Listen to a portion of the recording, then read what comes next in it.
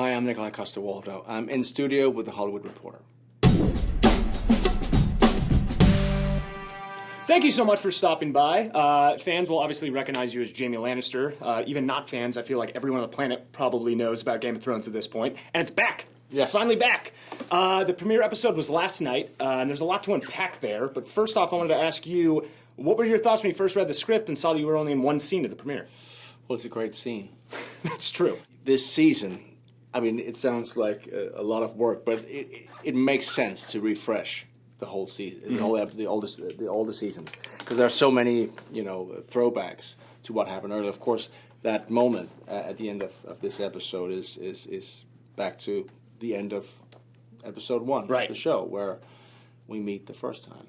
It's a little disturbing that you used the word throwback, considering the last time you saw Bran, you were shoving him out of the window. I know. What was it like to...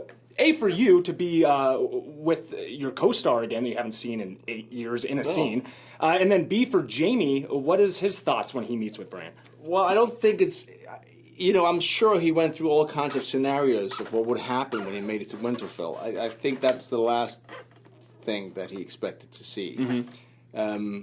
And of course, once again, it's kind of the same conundrum as in episode 1 of the whole show. If this young man now tells anyone what he knows, Jaime's in trouble. Right. But then again, he did say early on in the episode that he was waiting for an old friend. So, I mean... He knows things, that Bran. He knows things. There's a little bit of a power dynamic switch between Bran and Jaime from the last time we saw them. Like you just said, Bran has a little bit of power over Jaime now. Is that something we can expect to see going forward in future episodes? It just struck me. For a second, I thought you said Brienne. And then I was like, no, Bran, yeah. It's close. Is that a hidden meaning? Those names are so close, Brienne, Bran. Because we just joke that Brienne is Brian. I feel like that was a huge hint that you just gave to everybody. Bran and Bran. Yes, sorry. No, it's okay. For you and Bran, what can we expect going forward? I know you can't get into spoiler territory, but what's that dynamic between the two characters? You're trained. How... No, but I mean, I can't. I mean, I couldn't possibly. It's such a cliffhanger that for me to give anything away would be suicide. But so the other question then is, you have to carry around. You have this huge responsibility of not spoiling this show that you've had for over a year now, probably, right? How hard is that for you to do to not spoil this? It's not hard at all because you just don't talk about season 8, which is going to make for such a fascinating interview right now. Yes, absolutely. No, but nobody really wants to know. I mean, it's only 6 episodes. Right. I mean, wouldn't it be and if people who really love the show, the idea of someone going, yeah, this guy did it. And, that's the worst. Right. Well, now we know that a guy did it. Jaime, in a lot of ways, he's kind of a deconstruction of the noble knight archetype that we see in a lot of fantasies. How do you view Jaime? Is he a hero? What do you think of him? Well, I don't see him as a hero. Okay. But I see him as a guy who's incredibly dedicated to his family and to the people he loves. And I do believe that the line that he says when he pushes Bran out the window, the things I do for love, is really the core of him. He will do whatever it takes to protect the people he loves. And then in the first season, it was Cersei and their children.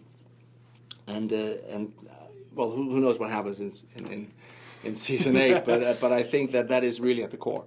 And also the reason he left Cersei is, in a way, also because he loves her. Right. And he loves the unborn child inside of her. And of course, that's one thing. And the other thing is, he is a man of his word. Even though he's known as this dishonorable man, he actually always follows through. Right. Except that once with the Mad King. Yeah, he's killing the king. Well, he did save him. Yeah, he did. Million people, but, who's counting? But he's not a hero because he, and I don't think that there are any.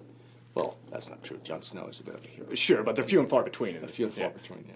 You mentioned Cersei and Jaime's love for Cersei. She's done some horrible things in this show, and horrible things to Jaime as well, but he never doesn't love her. No. Why is their bond so deep? And are you like that with Lena on set, too? Do you guys have a really good relationship? We have a great relationship. She's amazing. She's a wonderful actress, but she's also so much fun.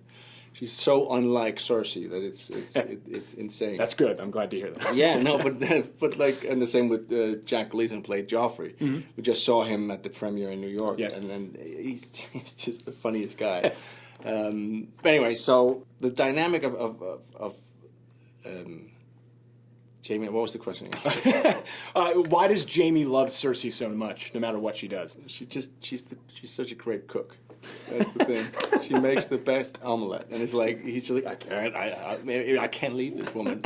I get up at breakfast every morning because that's what we don't see. All these things you don't see on the show, but she makes the best breakfast. Yeah, and like how are you gonna turn away from that? It's a game of scones. The food is not great overall in King's Landing, but Cersei, she just whips up that thing, and you go, wow, my God. And a smoothie is like to die for. No, I think that it's one of those things. It's said earlier on in the season, someone says you don't get to choose whom you love.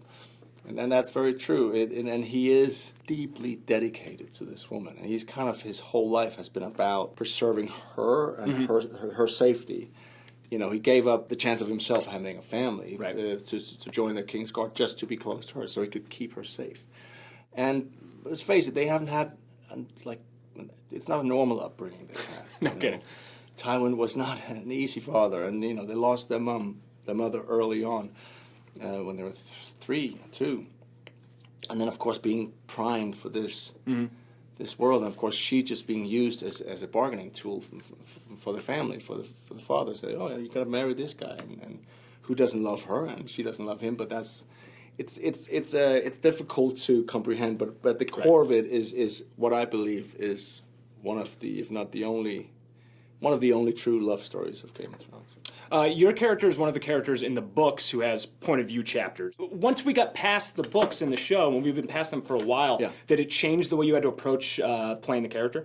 It did actually, yeah. I mean, it changed my work, the way I approached it, because I like to plan.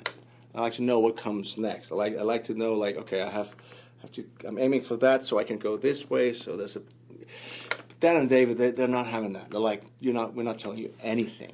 And it was driving me crazy because, of course, you can't stop imagining what will happen. So at the end of season, end of season 6, when Jaime comes back and sees Cersei crowning herself and finds out that, Tommen is dead, that all the children are gone, in my mind, he would have to act immediately. So of course, and it's not something you want to do, but your mind just goes, shh, and that means I'm going to do that. I'm going to do that. Okay. So you get the scripts, and of course it's completely different because they're great screenwriters. So they said, okay, no, we understand you want that, but we're going to wait. We're going to extend this whole thing through the whole season. So at the very end of the season, that's when he leaves. And I got into all these arguments and fights with the writers, and they're like, yeah, we hear you. Yeah, but please, you have to blah, blah, blah, blah. And they go, yeah, we hear you, and we respect you, but we don't care. Okay? We don't, fuck. You're an actor, just say the words. They didn't say it like that, but that was kind of that was the gist of it. Yeah, just we'll cut off your other hand. And so, and the funny thing is, we've gone through these song and dance routines every season since season 4, where I come back and I'm like, this doesn't make sense. I don't know how to do this. How do you do this? And they go, yeah, we hear you.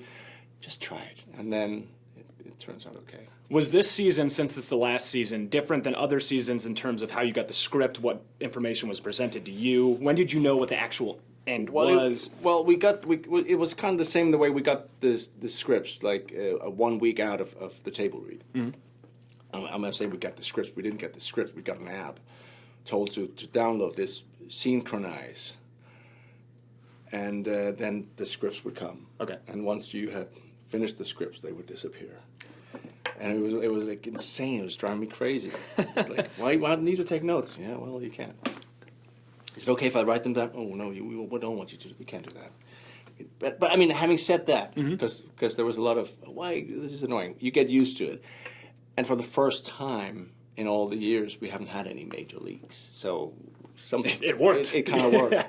And then you get the scripts, and you read it, and you just go, it was different because this was like the end. And it just felt, I was really impressed when I finished it because it's such a complex world. There's so many storylines, and there's so many ways you could end this, and then just go online, and you'll find 10,000 different theories on how the best way to end Game of Thrones. Right. And none of these theories are what actually happens, and what Dan and David and of course, and then Brian Cockman, Dave Hill came up with is, I wrote the boys instantly. I said, I don't think you could have done a better job. That doesn't mean that there's probably going to be a lot of discussion with the end, because I think deep down it's one of those, for people who really love the show, there is no ending that's a good ending, right? Because it's the end. Yeah. And you don't want it to end. It's like you read a great book and you get to the end and it's so good. I don't want to finish the last 20 pages because it's gonna suck no matter what. You got to savor those little. You got to savor those. Yeah. I apologize if you hear this all the time, because I'm sure you do. But one of the first things you think when you see you is that you have both hands, unlike Jaime. Did you get better at all with your own Even left George hand? R. R. Martin, he did that Really? in New York at the premiere. I was like, come on, George. I mean, you could do better than that. No, every other person. Yeah. Yeah. Have you gotten better? Are you more ambidextrous than you used to be? I guess I have, yeah. Yeah? I've done a lot of sword fighting and horseback riding with the left, so yeah. We have a yo-yo over here if you want. I'm kidding, we don't. I'm ready. One of the other characters that Jaime has a lot of, and we brought her up earlier, has a lot of chemistry with is Brienne. Yeah. And a lot of people they shipped them, to use the trendy word for it. Yeah. But now she has another quarter in Tormund. Tormund. Yes. Is Jaime intimidated at all by Tormund? I don't think so. No? No. Do you think Jaime could take Tormund? Oh no! Have you seen that? He's a giant, and he's you can't clearly he gets up every time. No, I don't. I think the interesting thing and we'll see what happens in the season, but up until this point, the thing with Brian and Jaime and Brienne and Jaime is that I don't think it's a conscious thing. They're clearly there's an attraction, and there's a deep respect, and there's a love, I think, between them. But for them to act on that is out of their reach. But you'll have to see if that changes in season 8. But I mean, I think that's one of the endearing things with that relationship, is that it's so respectful, and there's been so many moments where there's been tokens of real affection and love. He had a whole armor made for her. Right. He gave her the sword. She tried to give it back, and he says, "No, it's yours. Like gift. You can keep my heart."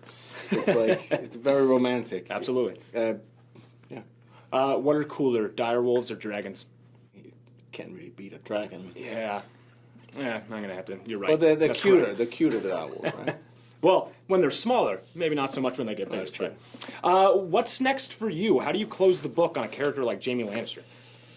Oh, they say that's a series wrap on Jaime Lannister, and that's it, and then you move on. It's like any other job, really. It's just stretched out over a long time. Right. But no, I mean, since June, I've shot. I did a documentary, which was really cool. I traveled around Greenland and had a little crew with me, which was an absolute amazing experience, something I'd never done before. And then I shot two films back home. And now I'm about to shoot a thing called The Silencing with a Belgian director called Robin Pront, an American movie. Do you think you'll always kind of be in that Game of Thrones community as it goes forward? Because I hope, and I bet we'll have wonderful reunion parties, hopefully in Belfast, because it's a great crowd of people, and just this the premiere after party was as epic as always. So I really hope. I mean, it has to be every other year because it's hard on the body. Yeah, and the heart, I would imagine. Yeah. All right, well, thank you so much for joining us. The final season of Game of Thrones is airing right now on HBO. Yeah. Nikolaj, Thank you. Thank you so much.